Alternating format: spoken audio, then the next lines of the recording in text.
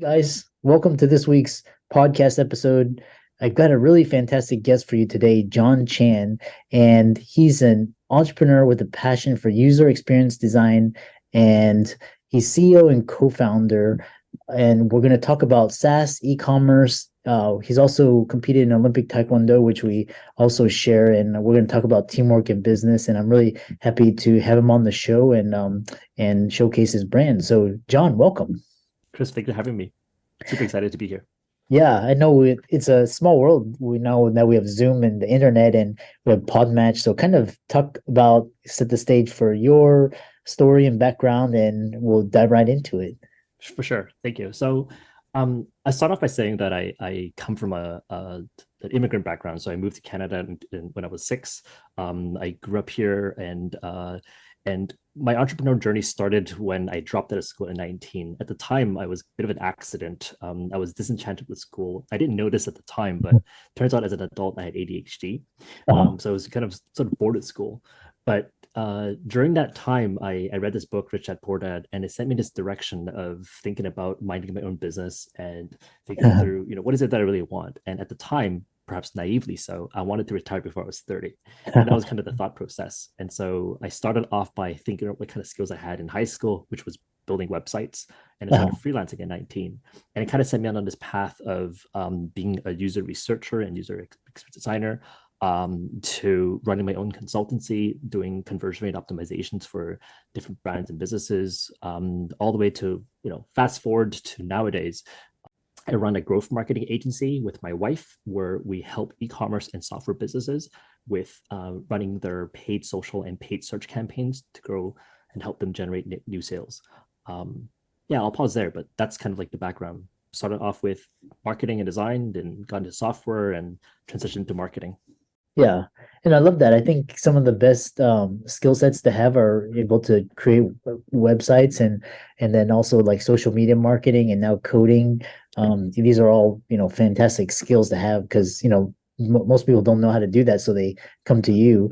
And so what's interesting is this idea of because you integrate user experience design. Talk about how that skill and that interest led you to work for companies like UBC, Basecamp, and then ultimately on your own. For sure. It all started with just recognizing that the things that I was building back then, when I was building websites, that there were people behind the scenes. And a lot of the progression from in my career, from going from designing to writing software to marketing, it was all figuring out what the next phase of the skill set that was missing was. And so when I first started building websites, it wasn't long before it dawned upon me that, oh, if I'm making a change on the site, it impacts somebody on the other side. And so my first job was working with UBC. It's one of the largest, most prominent universities in Canada, where I was working as a developer. But it there was one incident was kind of interesting where I remember I was answering phone calls, helping with system support, like system maintenance, tech support, and somebody was asking for a password change, and I noticed that on the web page that the reason why they called that particular number was because it was an error message that showed up, and that one department that I worked with was in support of 11 different branches, whereas and we were always inundated with the calls, and so when I noticed that was the message that showed up, I changed the number to a different department where it was basically had more support, and basically helped impact the stress levels of that particular group. And so it just kind of like incrementally making me realize that, oh, if I studied the process and the path that people took, I could have more lasting impacts and changes.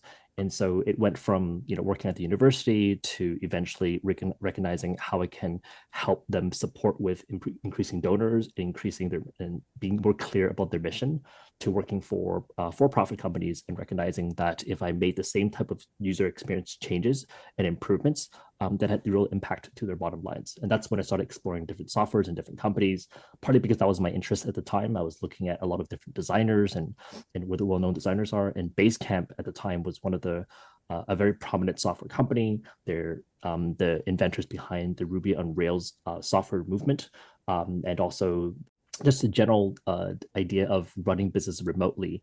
And so I was lucky to be able to work with them, learn under the wings and see how they operated. And that was sort of all came from figuring out the next problem incrementally from the skills that I had at the time. Yeah, yeah, it's fascinating. And kind of at the end, I want to talk about how all these skill set shaped your entrepreneurial journey and your agency, 2X Growth Agency. It specializes helping e-commerce and DTC brand, that's direct to consumer brands, grow. So what unique strategies do you employ to manage such a large ad spend effectively and drive significant revenue for your clients? For sure. So nowadays, when we do marketing, we always think about marketing as sales at scale. And so the precursor to any effective or successful marketing campaigns always boils down to having a fantastic and strong product.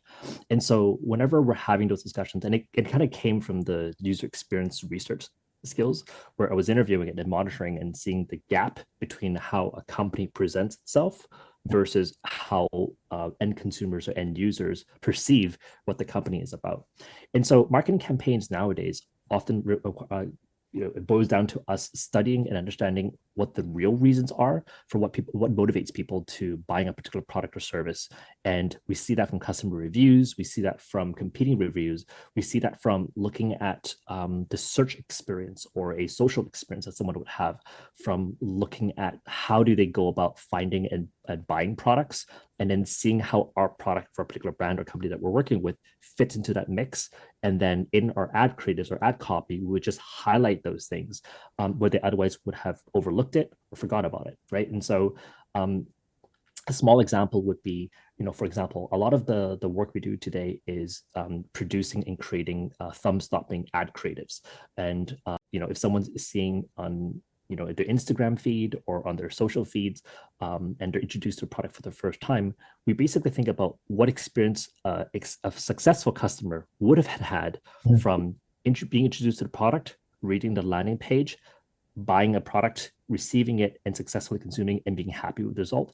And we just capture that experience in video form and we present that in an ad so people can future pace in their head what the experience would be had they bought from them.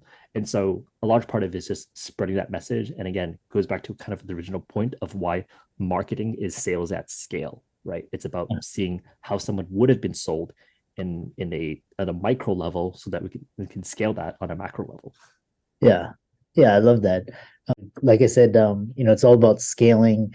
And then the other question is, so kind of entrepreneurial wise, you've had some challenges. It's like entrepreneurship is not for the faint of heart. And in your experience, what are kind of the most common challenges entrepreneurs face in the digital space, and how can they address them? There's a lot of different things why business will not work, right? And so I think, for my own journey, I think from the different businesses that I've had to the ones that are worked really well versus the ones that have not, I think of the few conditions that lead to success. And for a while, it took me a long time to learn this one aspect about my skill set and myself. And it made me realize that when I look at other founders and entrepreneurs, I see that sometimes they have a lot of blind spots in the same way that I had, which really boils down to a lot of us have unique strengths and skill sets and weaknesses that we otherwise would not have recognized. But if you go back to your childhood, if you look back at your journey of growing up, the conditions that led you to pick certain choices or certain paths, they're really signs for what you're really good at. And a lot of part of running a business is recognizing how could you apply the things that are uniquely skills that you develop that make you unique, that you're really good at, and just Yeah. keep focusing on those and applying that in a work environment, and then finding partners or hires to bridge all the gaps that see the condition of a successful business. A lot of it really comes down to that now. And so even as I think about why we run an agency today, a large part of it comes down to recognizing that we weren't as good as building a product from 0 to 1, from how to start from nothing, Uh, compared to taking a company or a business that have existing sales and metrics or data from going from 1 to 10. And so when you recognize that's your skill set and that your strength, then just focusing on taking companies from 1 to 10 is much better. So rather than, for example, in the future version of our business, rather than starting new brands or starting new companies, we think we're much better off at acquiring or buying businesses to grow. yeah. Yeah, I love that. And it kind of resonates with your journey because you realized for a long time it kind of school system like holds you back because it's like I find that the school system holds a lot of people back that are either very advanced or very entrepreneurial. And it's kind of like once you find that you can go to from instead of going from 0 to 1, as you said, going from 1 to 10 and kind of doing your thing, you accelerate so much faster. This is quite interesting, and it's like advice for e-commerce businesses. And if you, for those looking to scale, what key pieces of advice would you offer, and especially in terms of digital marketing and creative development? Yeah, I think for e-commerce brands specifically, I think a large part of their growth really boils down to being really good with distribution. So a lot of founders start because they're really good with product, right? They find a sort of niche or an angle or a product because of their personal history, and so they develop a very effective and wonderful product. But usually distribution is sometimes where, at least for the brands that we meet with, and the fact that they're hiring a marketing agency, boils down to having a skill gap. And so with any type of hires, and it's not necessarily restricted to marketing, it's usually really important to have a really strong foundational understanding of the field that you're about to hire in. And so whether if it's hiring accountants or lawyers, it helps to have a certain skill sets around so that you know what to ask and you know how to evaluate the companies that you hire. And so for brands that talk to us specifically, it usually helps when they have a baseline understanding of what the conditions are for what makes great marketing great. And so then that way they can really see why the things that we do are effective or why our approach makes sense. Whereas sometimes I think brands can sometimes feel like they get burned by agencies because, oh, the expert said so, and they don't really have a good skill or way to evaluate that. And it's not really their fault per se, but it's also the responsibility, because as the business owner, you have to own that part of it. And so when you see brands that are very effective distribution, is because they understand the field that they hire really well. Yeah, it's a very, very insightful piece of advice. Kind of moving on to like the future of digital marketing, because kind of this year, digital marketing's changed so much with ChatGPT and AI. And kind of, in your opinion, what is the future of digital marketing and user experience design, and how should businesses prepare for these changes? How is your agency helping entrepreneurs position themselves at the forefront of this trend?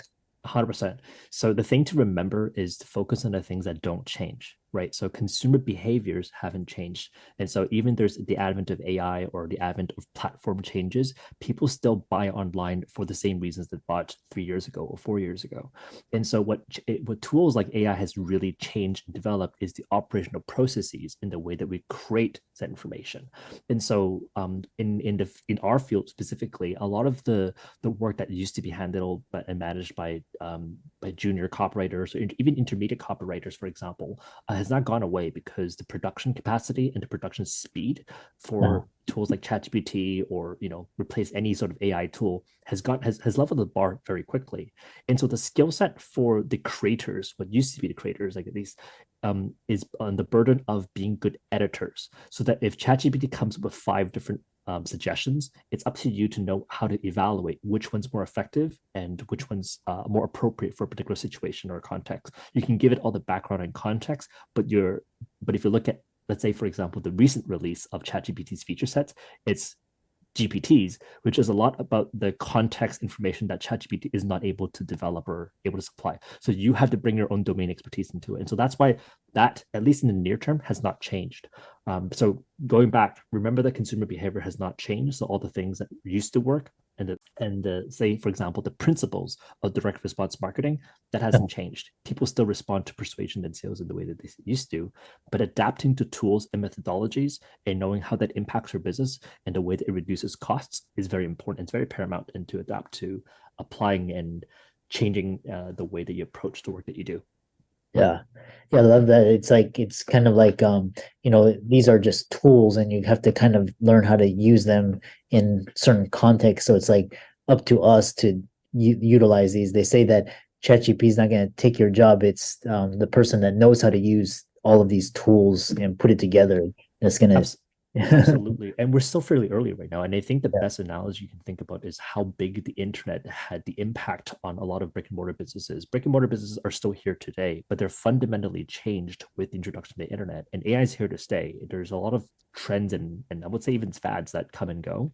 But, you look at crypto, you look at whatever else. It's there are a lot of things that come and go, but this is one of those things that has legitimate usage to our environment. It impacts across industries.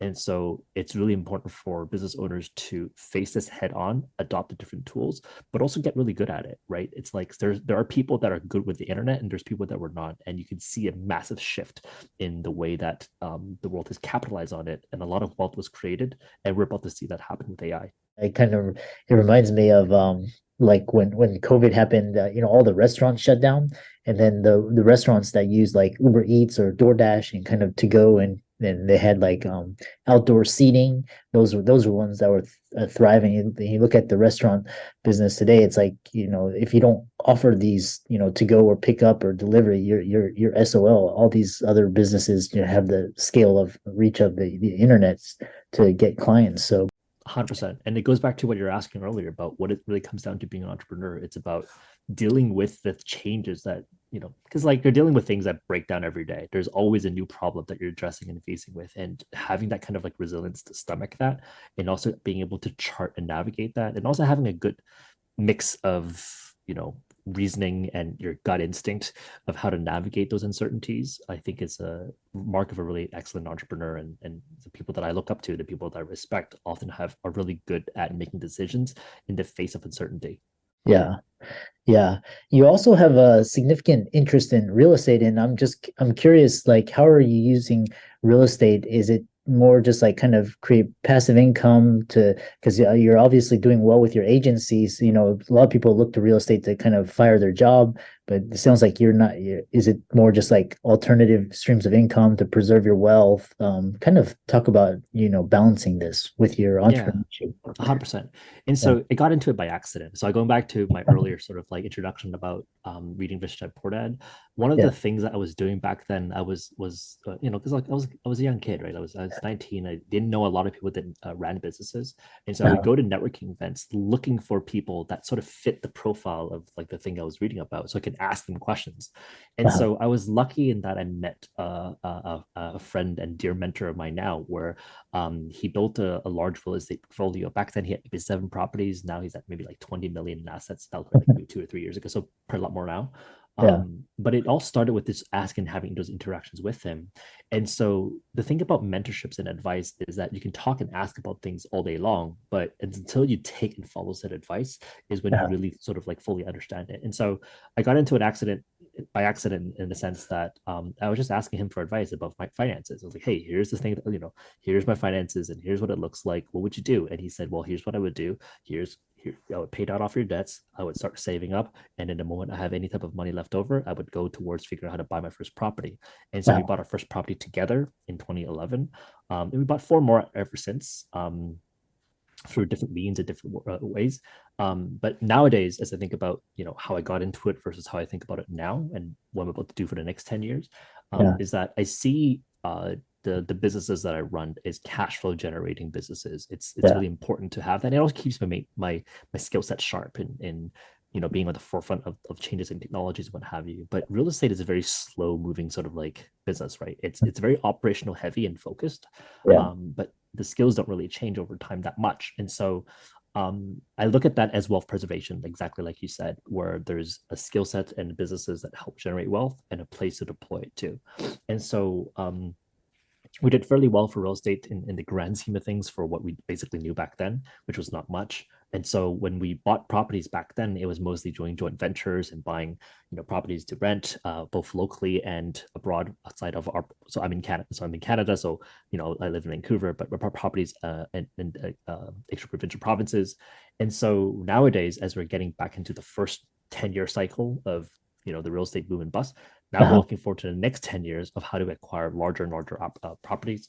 And so I think next time we go about this, rather than doing joint ventures, we're looking to raise a fund to acquire multifamily units. And that's what we're probably going to do for the next 10 years. Yeah. Yeah, it's fascinating because even a lot of my friends like in the past, they were questioning like why do they get into real estate? They have these high income jobs, but the younger generation understands that, jobs are not gonna always be there. So you have to have some way to preserve your wealth and, kind of, especially with inflation and taxes and debt and all of that and kind of real estate is kind of a way to hedge. And it's great. And they say that real estate is a sure thing, but it's a slow thing. And it's kind of like you have to, if you take care of the property, you buy in a good location, it most almost always appreciates, but it's slow. So kind of concluding, which is one interesting, is you were on the Canadian national team in Olympic Taekwondo. And how has your experience in sports influenced your approach to business and leadership? And how does personal growth and development mean to you as an entrepreneur and athlete? Mm. I love that question because I think about that a lot, and then I don't realize how important that was until Uh-huh. I got into whatever I'm doing, like sort of like 5 or like years afterwards, right?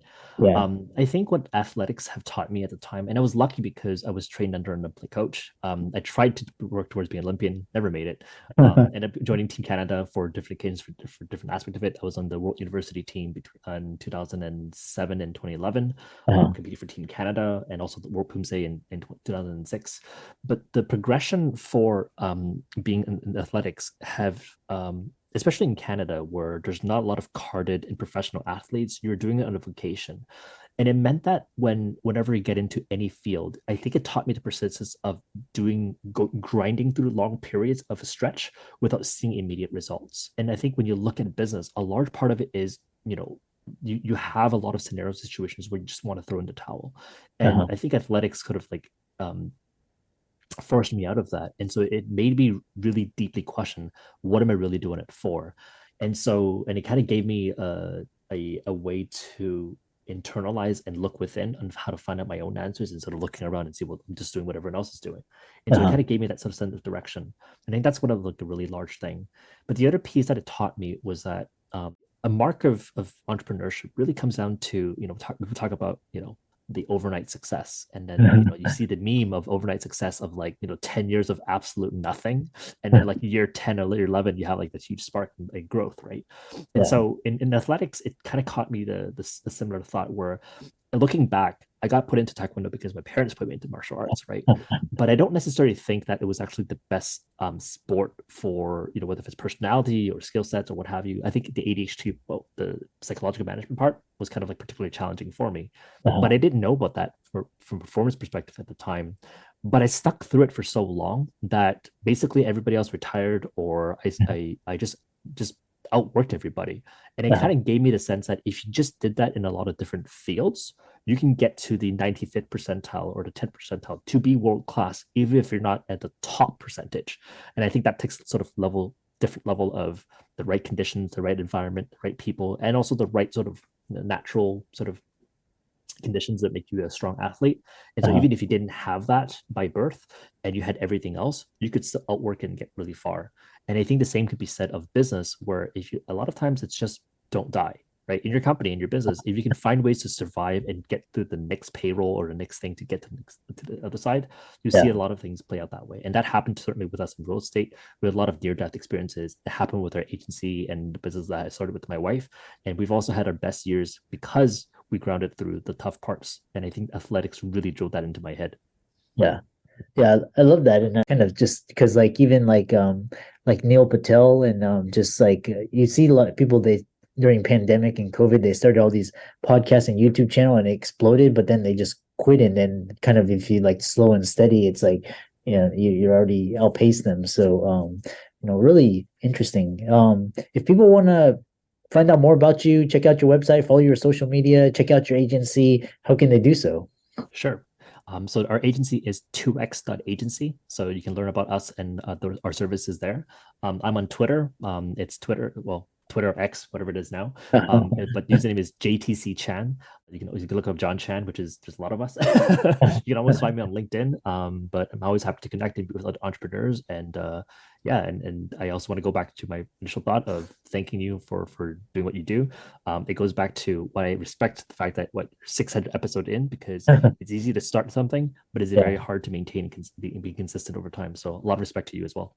Oh, thanks. I think it's also that the athlete conditioning and the training just kind of I love your idea. You don't have to be world class, but if you outwork everybody, you can be world class. No, 100%. If you look at business, there's enough for everybody. We live in a world of abundance, so you don't have to be the best in a particular field of set. You can be good enough and still do very well in your finance and circumstance and the people around you. Yeah, I love that. For all the listeners out there, let's thank John for coming on. And be sure to follow him on all his socials. These will be in the links and the resources. And with that, thanks so much for coming on. Thank you, Chris. That was a great pleasure.